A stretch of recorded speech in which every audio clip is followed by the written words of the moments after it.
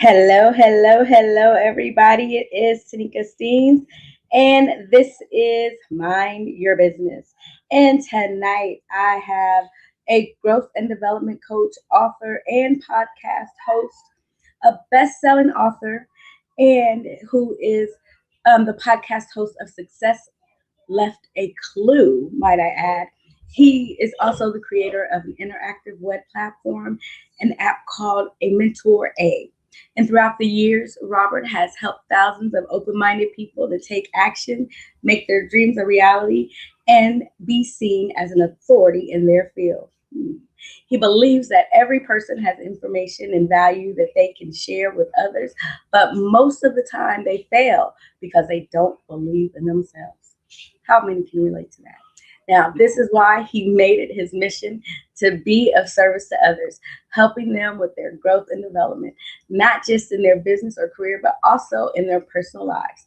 To get more information, you don't have to go to his website tonight. You're going to get it right here, live in living color with the Mindful Coach. So I am going to welcome my guest, and then afterwards, you can follow up with him and get more information. But right now, he's going to tell us who he is, what he does, and why he does it. Welcome to the show. Well, thanks, Tanika. And I promise I'm going to be Tanika friendly for you. I'm going to keep this as easy as I can because, life is already difficult enough. Let's keep it fun and keep it simple. So as you said, my name is Robert Raymond Riopel, and currently I am an international best-selling author, an app designer, a serial entrepreneur, and a trainer. My passion is being able to impact lives all over the world. And I've been blessed over the last 18 and a half years to actually personally teach in live trainings that are 3 to 5 days long or longer over 500,000 people all over the world. And that's what I love to do. Now, if we go back to how did I get there? Well, I'll tell you, a totally different world. I had hair back then, believe it or not, I did. And I grew up in an area, Tanika, where it was like, here's the box. Don't think outside the box. Don't question the box.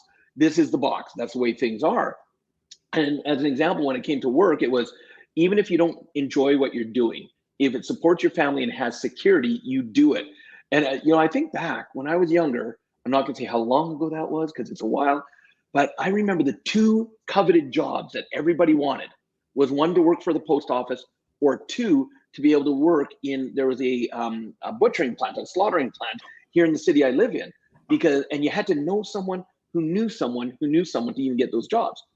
Everybody hated them, but they were secure, I guess you could call it. And so at a young age, I started working. I'm newly married in 1990, and all of a sudden, I end up getting laid off from my third job because they're shutting a factory down. And I'm like, what next? And out of necessity, because our economy wasn't doing well, I ended up starting to deliver pizzas for a little company you may have heard of, Tanika, called Domino's Pizza. And don't go and order one while we're doing the interview because it'll be delivered by the time we're done. And I actually started making more money delivering pizzas and meeting people than I did in my real job. And I ended up becoming a manager of a store a little while later. And my wife became my assistant manager, and we both started doing what we were conditioned to do, work hard. In fact, open to close 7 days a week. Now, a year and a half in, we get the shocking news from our franchisee. He says, guess what? I'm getting out of Domino's Pizza. I'm selling my two stores. I went into panic mode because here I am. I'm going, here we go again. But this time, both of us are going to lose our jobs. And my remedy was we need to talk to the other franchisees in the city we're in, find out who needed a manager, get another store to manage. And my wife looks at me and she's like, why would we do that? Why don't we just buy the store? We're qualified to be franchisees. And I looked at her, I'm like, because we don't have any money? That's why we don't buy the store. It's funny how money kind of plays into something like that. But because of we both have passion and we're both willing to make mistakes. And I want your audience to get that. We're both willing to make mistakes. We started learning, how do you buy a business if you have no money? And in the next 4 months or so, we made a ton of mistakes, but we learned from them, made adjustments until all of a sudden we knew what to say and what not to say. And we ended up not buying the store we were working in. We ended up actually buying both the stores my franchisee had for sale. And we did it with 100% financing from the bank. And we are now franchisees. It was like, oh, and we've got it made. But here's the problem. We knew how to run a Domino's Pizza store, but we didn't know how to run the business. And when you talk about mind your business, we Mm-hmm. didn't know about things like bookkeeping, that you should hire an accountant. We didn't know. This was stuff that for the first 2 years we stumbled through. We thought, hey, we'll save our money. We'll do the accounting ourselves. You probably know how that went. Mm-hmm. Here we are working 7 days a week already and thinking we're going to do the daily book work that needs to be done. 2 years in is when all of a sudden the government's going, hello, you own a business, you haven't done any paperwork, you need to Wow. get it done. And that's when we were forced to, thank goodness, forced to get an accountant and a bookkeeper. And the moment we got caught up, I'll tell you, today, I will not look at a business or start a business or take over a business until I have my accounting team go through it with me so that we know where we're at. Because a great accountant will save you way more money than it ever costs you. That was one of my big lessons. And we started doing a lot better after 2 years. And we started making pretty good money. But our conditioning as growing up as kids, coming from poor families, our conditioning was if you get money, you spend it. And so we ended up starting to spend more than we were earning. And Tanika, you probably never met anybody who's ever done that before, right? Spent Oh more no, money than they didn't not think at so. all. I knew I'd be the first thing you ever met. Not at all. At 8 years in, we're over $150,000 in debt personally, going down quickly. And that's actually when we were introduced to personal development, where we were bought tickets that we couldn't afford, went through buyer's remorse to a 3-day training, walked in financially stressed, not knowing what we're going to do. While we were there, we learned why we were in debt. More importantly, we learned to take responsibility for our debt. Quit blaming other people. And then we learned some very specific action steps to take. And when we left that training, we committed to taking the actions. And what we were able to do is using what we had learned, we were able to go from being over $150,000 in debt to actually retired completely financially free 9 months later at the age of 32. And our minds went, wow, that worked. If this much information gave us that result, what would more do? And we made it our mission to become lifelong learners. And as we did that, that's when I found my passion was to train. Because here's how it all started for me. I believed if I could help one person, just even one person, do what my wife and I had been able to accomplish, go from debt to financial security, it would make it all worthwhile. And because of that, like I said, over the last 18 and a half plus years, I've been blessed to travel around the world several times and train over 500,000 people and living my passion and doing what I love. So that's the long, short version. Yeah. Well, I'm sure many people probably look at you and say, but you were lucky. You were in a good situation. You were able to do that. And, I just don't have the time to be able to do what you and your wife did. Come on. You hear that all the time. I do. But, a lot of people actually, what they'll hear or what they'll say to me is they'll say, how do I do what you do? I would love to impact lives. I would love to be where you're at. And so I bluntly tell them, if you want to do what I do and have what I have, you have to be willing to do what I did. That part. It's the ugly, behind the scenes, boring as hell stuff that you have to do on the day-to-day business to be able to shine in the parts of life that other people see. Yeah. And most people, unfortunately, aren't willing to put that work Yeah. in. They come Yeah. up with a lot of reasons. Well, and the reason why is because they don't see that part of it. Because I'm sure even when on the day to day grind, they don't see the grind. They just see what's going on the outside. They don't see what's going on behind and the blood and the sweat and the tears that's going on and all the work that you're putting into it. They just see Yes. the outcomes of it. And so then they think that, hey, if you can do it, then I can do it. Yeah, well, that is so true. That is true. But you said something that is very, very clear. It's about that personal development and the mindset. Because, yeah, you were in a position, but then you got yourself into a situation that you had to dig Yeah. yourself out of. Yep. And not And once, like but twice. oh yeah, and look, life still goes like this. I still look at what happened BC before COVID. I was traveling on average 200,000 miles a year around the world training. And I went from 200,000 miles a year around the world to zero, Yeah. the big goose egg. And here's my choice. I could sit there and go into the victim role. Why me? This is bull. What, or I could say two very powerful words. What's next? Yeah. And my wife and I have been going through a total reinvention. See, right now, one of our dreams had always been, we bought a beautiful acreage years ago, 3 years ago, with the intention of someday building a training center so I could slow down even more, spend more time at home, and have my students come see me. And that was going to be built 5, 6, 7, 8 years down the road. Well, when COVID hit, and all of a sudden I went from 200 to zero, hundreds of thousands of dollars in revenue gone instantly. All my live events canceled. And even today, because it's dragged on so long, we're talking a million plus in revenue gone. And so I could easily become that victim and went, this is not right, this is bull, and all that. But because we sat down, we said, what's next? It was like, well, I'm home now. We've wanted to build a training center. And as we're looking at the numbers, we're going, but what if the revenue doesn't come back? So two more powerful words, all in. See, we knew that this is the direction we wanted to go in. If we don't reinvent, we're going to sit here and we're going to flounder until everything's wiped out. And just like a year ago, September 26th is when we pulled the trigger and got the financing in place. And then on December 12th, they broke ground. And just 1 month ago, I started moving into my new training center. I'm sitting in the office right now. On the other side of my wall, I've got a 1,500 square foot training center that, because in where I live, we've gone into the 4th level of lockdown. I can't have people here. I can't run masterminds. I can't do live trainings. So what are those words? What's next? And so now I'm going to spend the next month to month and a half building a super Zoom room, because I'm doing all my trainings virtual anyway. So I'm going to have like 9 or 10 monitors so I can see 400, 500 students at a time. I'm going to have multiple cameras so I can do the different camera angles. And so I'm not going to let it stop me. And because I'm in business, revenue's needed, I'm also going to rent it out for other people, because where there's problems, there's opportunities. Yes. How many people are in the same position as me that will need and don't have a space like what I have? I've already built the building. So I put a few thousand extra in, I get the equipment. Now I can rent it out and have people come and impact lives here on my property.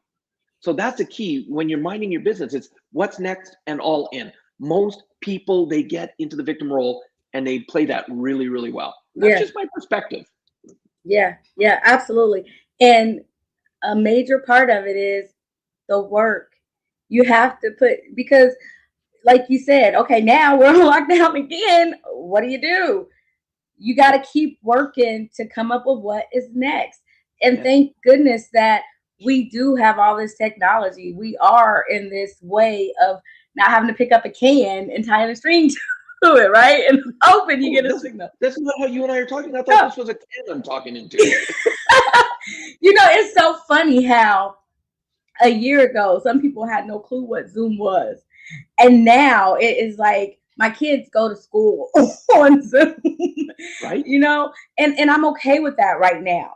It's okay because they're doing fine. If they weren't doing fine, then we'd have to figure out something else. But they are doing well. They're doing better than fine. They're doing well. And I knew that they'd be able to thrive, or else we wouldn't be doing this. But thank God for technology. And they're in that era.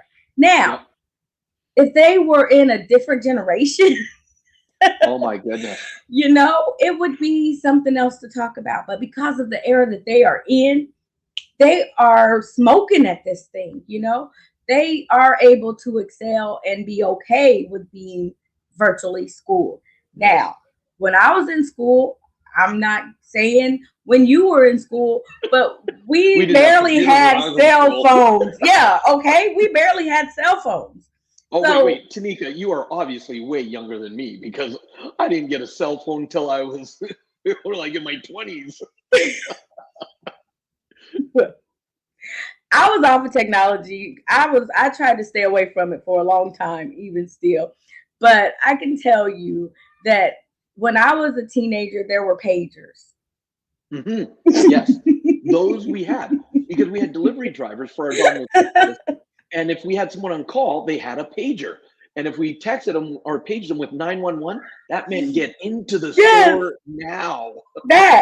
And so can you imagine? And then you hear these little beeps all over the place. Technology has grown and changed. Oh my you couldn't do anything on that but receive a number. And so okay, funny story here, because when you're trying to keep up with the Joneses, when cell phones started coming out and they were the big bricks. My first cell phone was the flip phone, the Motorola, and they didn't have headsets. But then I bought a headset. And so I would purposely be on a call as I would go up to a customer's house to deliver the pizza. And they'd open the door and I'd go, oh, one moment. Hi, Robert here. Here's your pizza. And they'd be going, what are you doing? I'm sorry, I'm just on a phone call. Because it was like, look how cool I am, right? Today, how the young kids would be like, that is Yeah. like so old. Why do you have that? I can see that. But the thing is, with so much information out there, there's nothing but excuses that we come up with when we don't try to find the things that we need to better ourselves for that personal Correct. development. And so you can look anywhere and see some kind of help out there. Yes. What holds us back from taking that step forward into personal developing? One, habit, and two, fear. If you think about it, and look, not that I want to pick on the school system, but the school system has taught you to try to do it on your own, to not ask for help, to think that if you do, you're cheating or you're a bad person. But yet in the real world, the greatest way and easiest way to have success is to ask for help or find someone who's done what you did, find out how they did it and model it.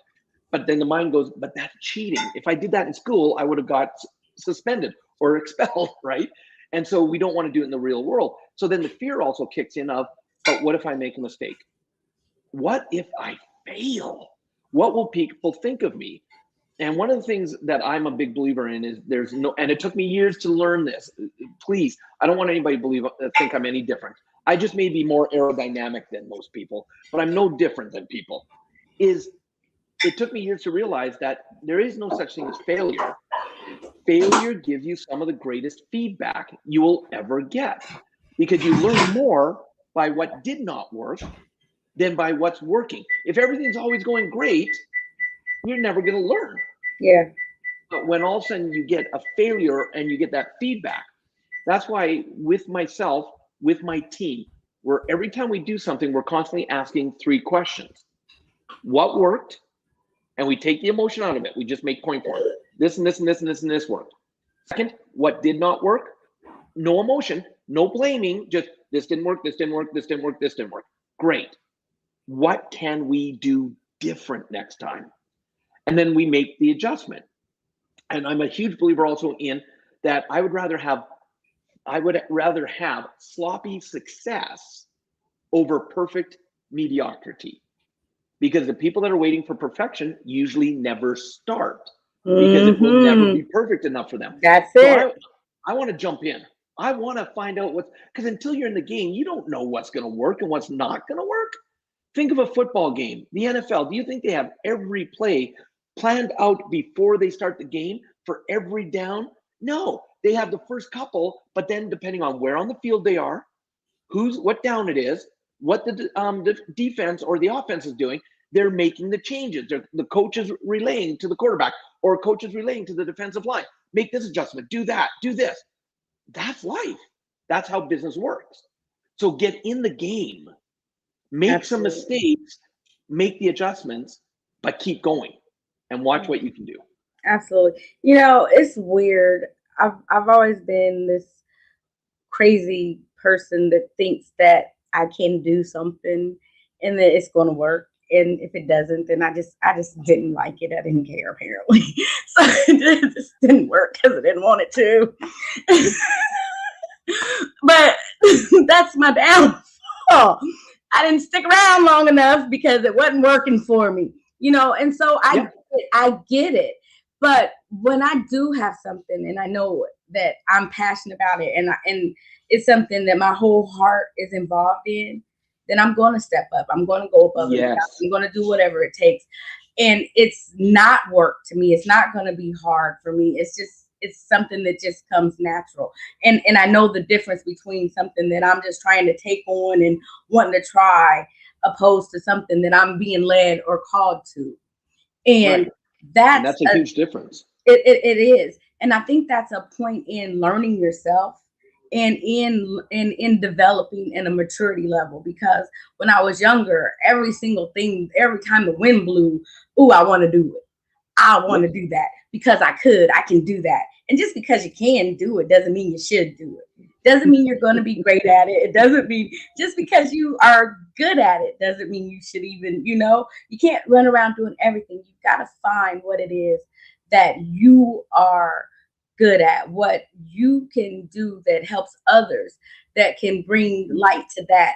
And so, I think a lot of times we waste our time trying to figure it out instead of just doing, because it's Yeah. our natural ability to be who we are. We just don't know that yet because we're Yes. trying so many different things. We're trying all these different things out.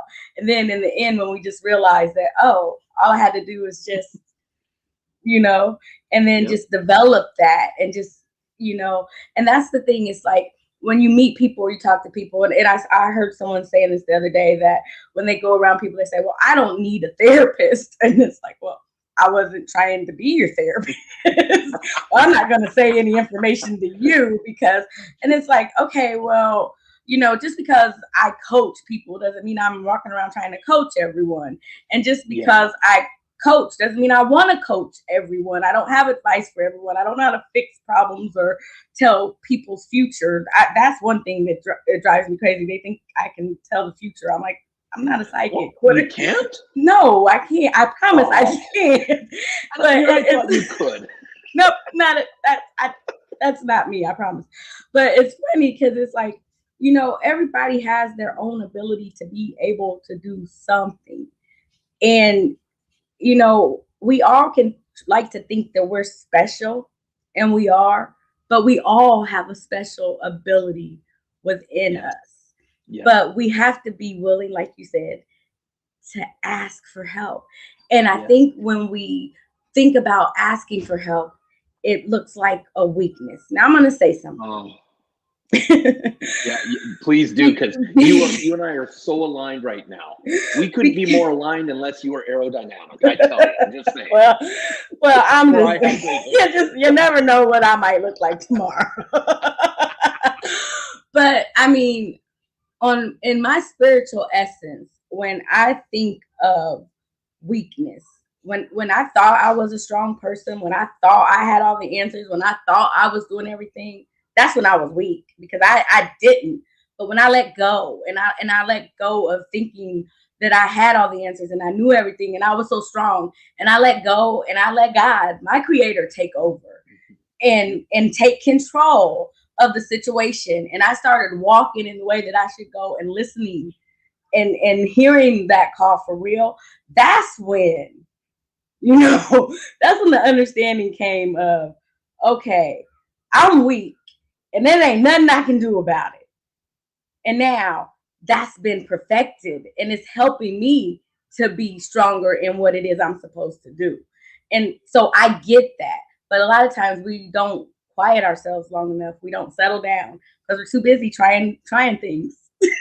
Well, Too busy.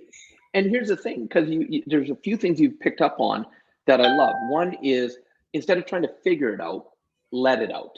So trying things out, but checking in with yourself. Don't do Yeah. something because you think it's going to make you the money. Do it because you're led to it, and let it out. Yeah. Two is definitely something that my mentor of mine told me. He said, in business, when you are in business, you're only allowed to do what only you can do. So meaning, if they're, I was in Domino's and I could make the pizzas, I thought I could do the accounting, all that. And it's like, no, I'm the one, when I'm a driver, I'm the driver. So I'm only allowed to be the driver in that moment. I'm not, I can answer the phones because that's part of what a driver does. I help make pizzas because that's what a driver does. But I'm not going to sit there and start doing the accounting. I'm not going to start doing the marketing while I'm delivering pizzas. So in my business, I'm only allowed to do what only I can do. As a trainer today, when I get contracted to do a training, I can't send someone else. They're paying for me to go and be on that stage live.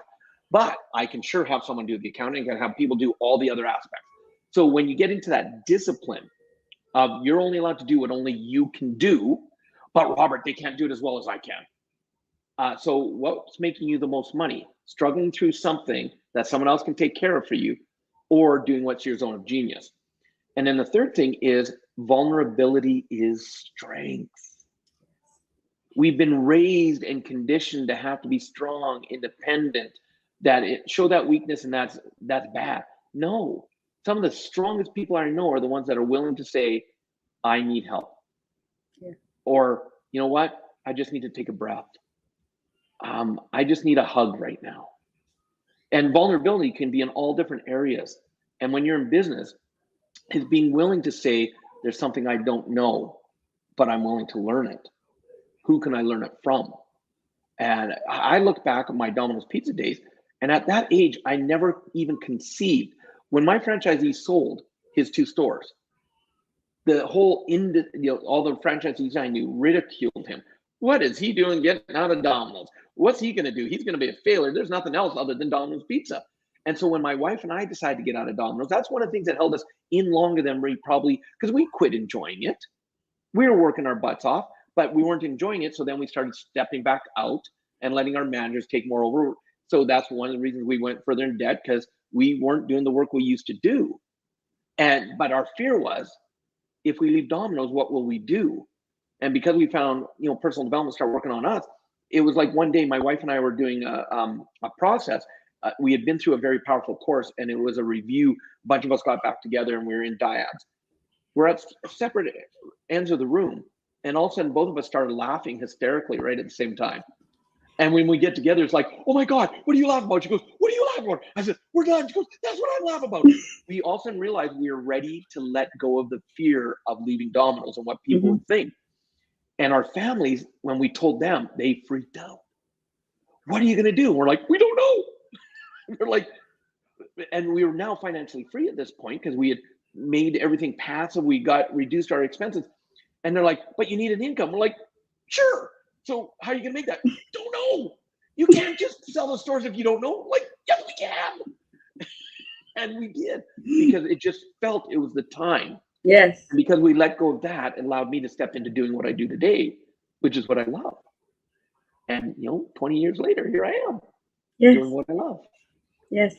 My cousin and mentor, Michelle Morbell, she is a beauty salon owner in California, in Los Angeles, and she says she loves it. Do you? So yes, it's about having that. I don't want to necessarily just say balance, but having that understanding of who you are. Yes. And see, that's why I say those 3 things: who you are, what you do, and why you do it. Who you are, knowing what you do, and knowing why you do it. Oh, having that understanding. I meet people all over the world, and my first question is, what do you do for a living? And they'll tell me. And then my second question is, do you enjoy it? Yeah. And it's amazing how many people say no. And if they say no, then my third question is, why do you do it? And the 2 most common answers I get are, I'm good at it, or I make a lot of money. And here's my response. Wrong answer. If you're only doing it because you're good at it, or you make a lot of money, but you're not happy, you're not enjoying it. Yeah. Are you really living? Yeah. No, you're not. You're not. And that's the thing, I love telling this story, and it's so funny. My grandfather, bless his heart, when I was a little girl, and it's their fault. They created this monster, and they're not even here to take credit for it, but whatever. Right?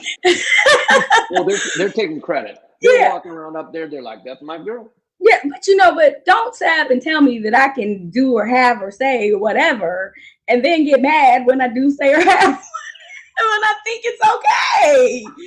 Give me some boundaries here, people. I had to learn my limits. I had to learn self-control, because you let me not have any, because, I was special. I was a 5th generation child born. I was the first grandchild, to my mother's mother and my mother's father, my father's mother and my mother's mother. I was their first granddaughter. And so, I was the first on everything. And so I get that. But my grandpa, he always like, you're so spoiled. You're never going to get a job counting money. And I laugh and I tell my husband, I go, I never could understand what he meant by that. And I'd be like, why do I need to get a job counting money? Don't people do that? Isn't that what banks are for? What? I don't, but anyways, but I told him one day I'm going to be in a position that I'm going to have a platform where I'm going to give other people an opportunity. And he's looking at me like, little girl, you're not going to ever be in a position to do that because you're a little black girl and you're going to be in this position. And he said I was rebellious because I thought outside of that. And I'm like, no, I'm going to be in a position to do so. Yes. And it's funny. And so how I met my husband, it's crazy because we met at this job selling perfume and cologne that said you could have your own business. And so this guy, Larry, oh gosh, I can't even think of his last name now, but if you look him up, but he started this perfume thing out in California, and these people went door to door selling the perfume in this off-brand bottle. And I'm telling you, we were good at it. I mean, we could sell this perfume to people. Me and my husband like were the best people in the whole division, and so we were on this whole. You were disconnected from the world, and you were living this life of being able to come and go as you please. And if you wanted to make the money that you wanted to make, you can make this money and da da da. And you just lived a life of freedom. And my whole thing was I was so detached from being in reality that there was no way I could go back to working a 9 to 5. I don't care what it was. I had I'm to do. unemployable. I am I would unemployable. never be able to work for someone again. Well, that crashed and burned after a couple of years. I got burnt out. It was, it came to a point where you can only do this for so long. And we did open our own DC is what they called it for a little while. But it got, it wasn't going anywhere. So eventually we came back and we got into retail. Retail was the hottest thing on the market. And that, and so we started moving up in retail, And that was the thing. And then I realized then that that's where I learned the business. That's where I learned how business worked. That's how I learned how money worked. That's how I learned how working with people and organizing things and networking worked. And that's when I realized that I'm not going to do this forever. And in 2018, I made that decision that I wasn't. And my grandfather passed away 20 years ago. I'm sorry. And he didn't get to see all that transition. And I can tell you, in 2018, when I quit my job, he would have said I was crazy. But I haven't looked back since. And it has been a lot that has transpired since then. But I'm telling you, it has been a blessing, and I wouldn't turn back for anything. Oh my goodness.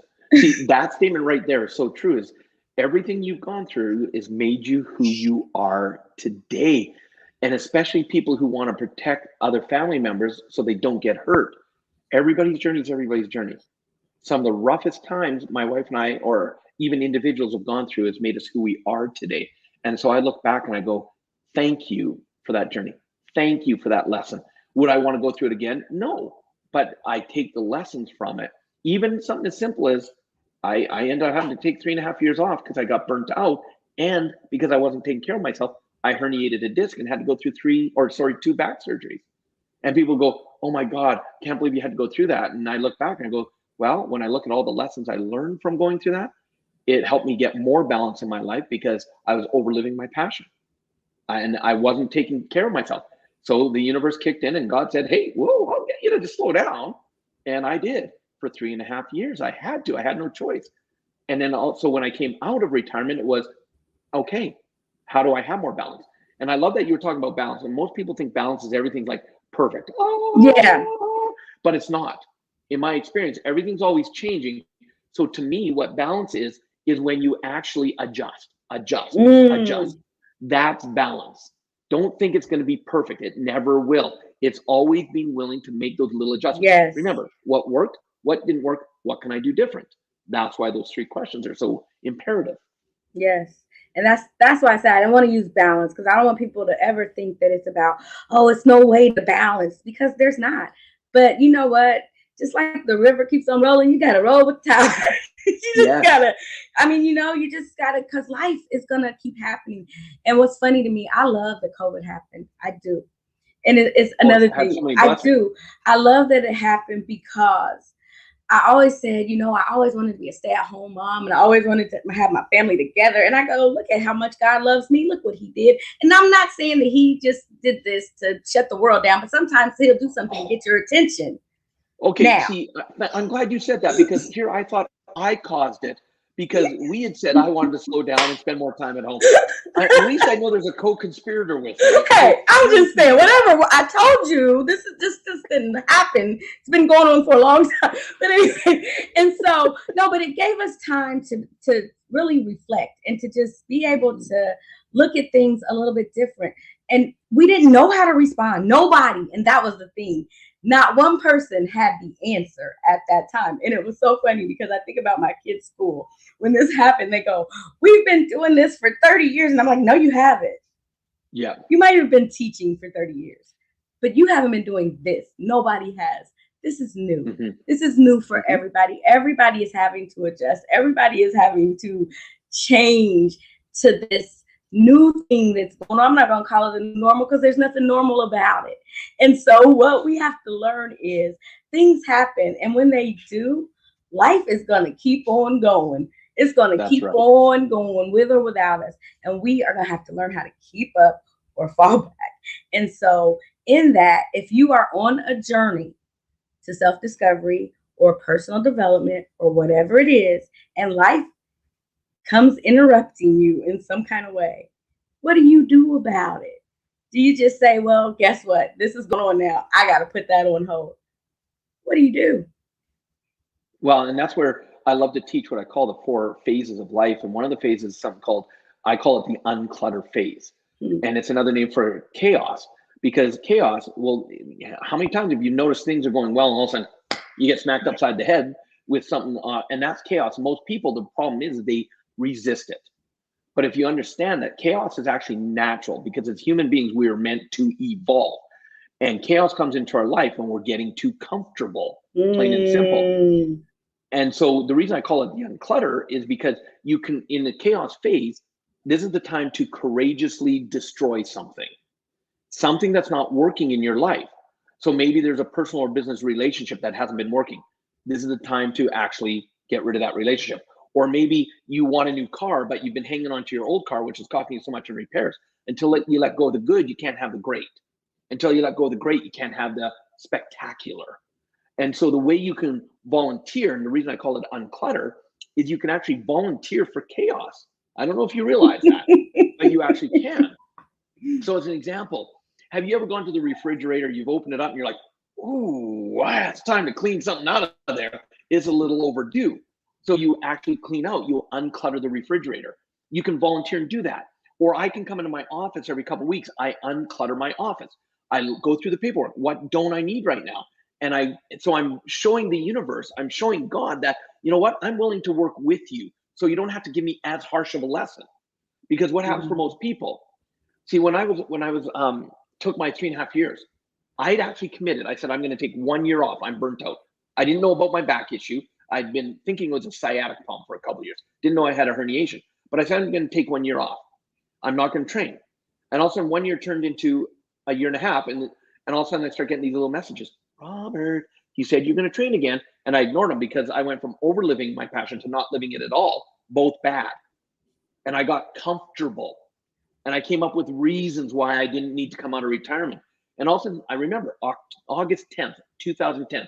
I'm 2 years into my retirement, and I'd received a few messages, but I was ignoring them. Well, all of a sudden, I was given a message I couldn't ignore anymore. My mother-in-law, who lived across the street at where we lived at the time, she asked me to help her with her TV. I went up, helped her. I'm coming back, and across from my house, there's a playground, 30 kids playing it. I'm about to cross the street when a couple comes walking out and they're walking a dog. I love animals. And it was a bull mastiff, beautiful dog. And I asked, I'm standing on the sidewalk. They're standing in front of my driveway. And I said, is she friendly? And they're like, no, no, no, she's not. We just rescued her. We're rehabilitating her. So we stayed apart about 20 feet. We're talking. I'm asking questions. Eventually, I knelt down. They slowly brought her over. I let her smell my hand. I petted her head, petted her neck. There was no problems. She was doing great. But for some reason, the moment I stood up, she lunged at my throat. And from standing up, the motion had me drop my chin. So instead of her getting my throat, she got my chin. I'm instantly in shock, and she's trying to pull me to the ground. And the only thing in my head is, if she gets me to the ground, I'm dead. So I stand up, and she's now hanging off of my jaw. The guy who was walking her actually had to pry her jaws off of my chin. And now both him and his wife is taking both of them to hold her back because she's lunging at me. And now the only thought in my head is there's 30 kids in that playground, blood all over the place. I said, look, I live right there. I'll get home. Get her out of here. So they dragged the dog up the street. I'm walking up the driveway, blood going all over the place. I'm getting close to the door, and all of a sudden the only thought in my head is, if I get blood in the house, my wife is going to kill me. It's crazy what goes through your head when you're in shock. And now my wife got me to the hospital. And if you know about dog wounds, they don't want to close up any wounds because they want any bacteria to flush out. So under my goatee, there was 3 puncture wounds that they cleaned up and let ooze. But here on my chin, she had ripped through my chin. And it took 9 stitches to close that up. Now, going back to that thing about victim, my choices were, why did this happen to me? Or I could say, why did this happen to me? And in that moment, I got such a clarity that it was a universal principle that I teach my students that says that which is not utilized is eliminated. See, every single one of us has a gift to give this world. Mm-hmm. And if you're not living your gift, it's gone like that. Yes. 1 inch further, she would have got my jugular, and me and my gift would have been gone. Wow. And in that moment, I made the decision I had to train again. I didn't have to train for the money. I had to because it was my purpose. It's why I'm here on this planet. It's what the gift I have to give.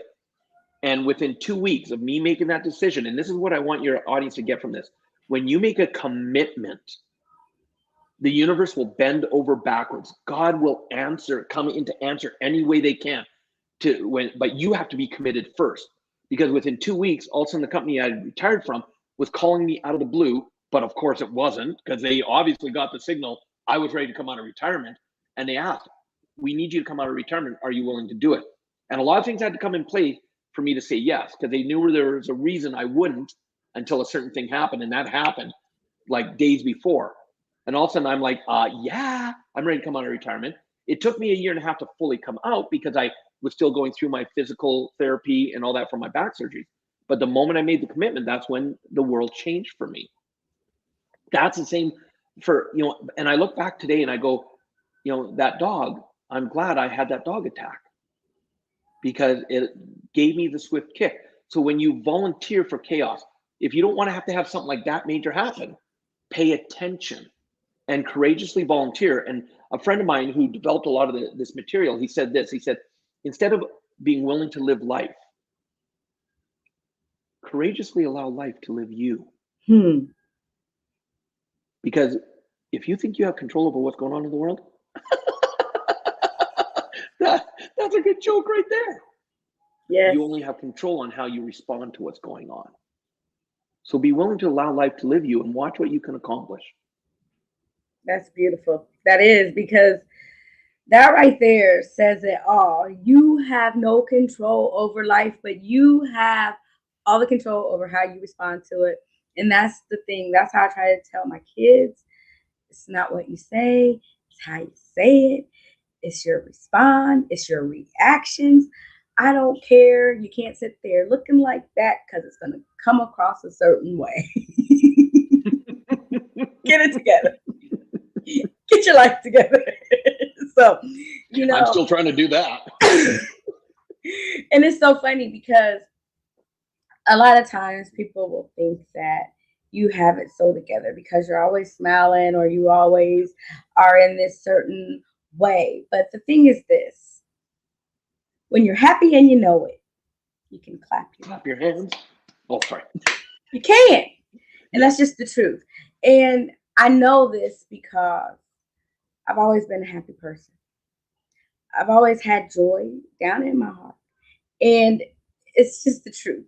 I mean, but there was a time not so long ago, the darkness covered me up, wrapped me up, and had me in a place that I didn't even know if I knew joy anymore. And it was scary because I know the joy's down in there. But I had to go down deep. And it didn't come from anywhere else. Nobody could help me. Nobody, not one person could help me. Not one person could say a magic word. Nobody could touch me the right way, could hold me the right way, could say anything. I had to go in that place Yes, and get myself back to that joy. absolutely. And Totally. and that's what we have to understand. A lot of times I hear people tell me that, well, I don't have anybody to help me, or I don't have anybody. And it always makes me think of the passage with the man that's laying by the water waiting for the waters to be troubled. And Jesus tells him, pick up your mat. Sometimes, in order to get Robert's help, Robert don't know you. He's not gonna call you up and say, "Hey, I heard you needed some help." But hey, Robert's out here letting you know he exists. He's got a platform where he exists. But he doesn't know you need some help. So what you got to do is you got to pick up whatever it is, way that you communicate, and you've got to reach out and say, "Hey, how do I get involved in your program?" And I'm sure Robert will tell you right now. Well, look, because you were so courageous and willing to have me as a guest, I actually do have a gift for your listeners, from us, from you and I, because one of the things that your time is one of the most precious commodities that anybody has. And so I feel so blessed that you took your time to have me on as a guest on your podcast, and your listeners to actually take the time to listen. That, like, I'm lit up with goosebumps right now. That's one of the greatest joys for me, is that people are willing to take their time and listen. And so what I would love to do for your listeners, hey, if they simply just go to my website, robertriopel.com, my name, that's, ROBERTRIOPEL.com, my international best-selling book, Success Left a Clue, they will actually be able to download the entire digital copy as our gift to them, just for listening. Now, of course, I'm going to let you know it does come with a caveat. And the caveat is this: I did not write this book for you to read, put it on the shelf, and make it shelf help. That's not why I wrote it. Step number 3 in my 6 steps in the book is you have to take action. Out of all the travels around the world I've done, the number one thing that's different from successful people to unsuccessful people is successful people take action.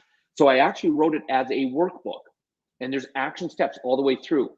And I'll even say in the book, did you do the last action step? If not, stop reading right now, go back and do the action, because I know people are creatures of habit.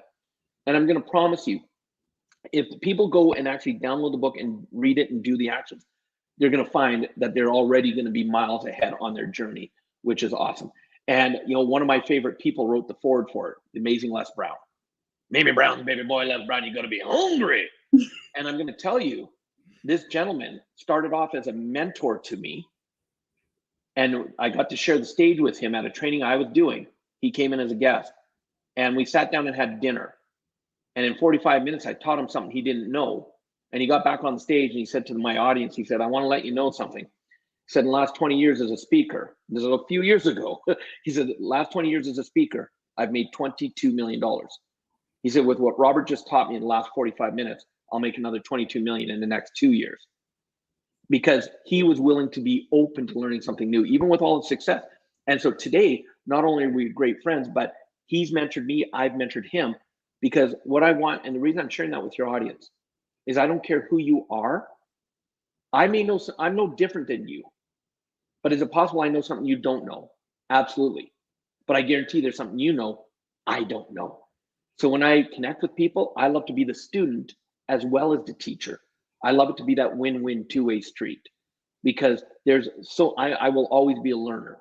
And if you're a person who's willing to learn, but more importantly, learn, actually take action, do the action steps, watch what happens for your life.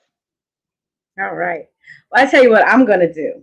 I'm going to download my copy, and on my mindful journey, I am going to journal it so you guys can follow along and watch my action steps on my mindful journey. So see what No, happens when that's I awesome. get my copy and download it and see what happens. So if you want to join me and go on this journey with me, you can. There's still time because I'm doing it all the way to my birthday, January 28th. 2020, 2022. Oh my God. Yeah. That is Right? coming up. So anyway, You have the same birth date as my mother-in-law. well, she must be a great person.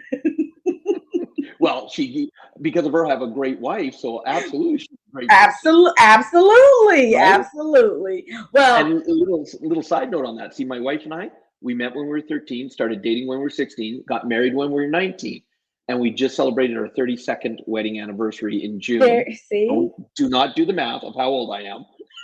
but that's beautiful. Congratulations to you both. That is amazing.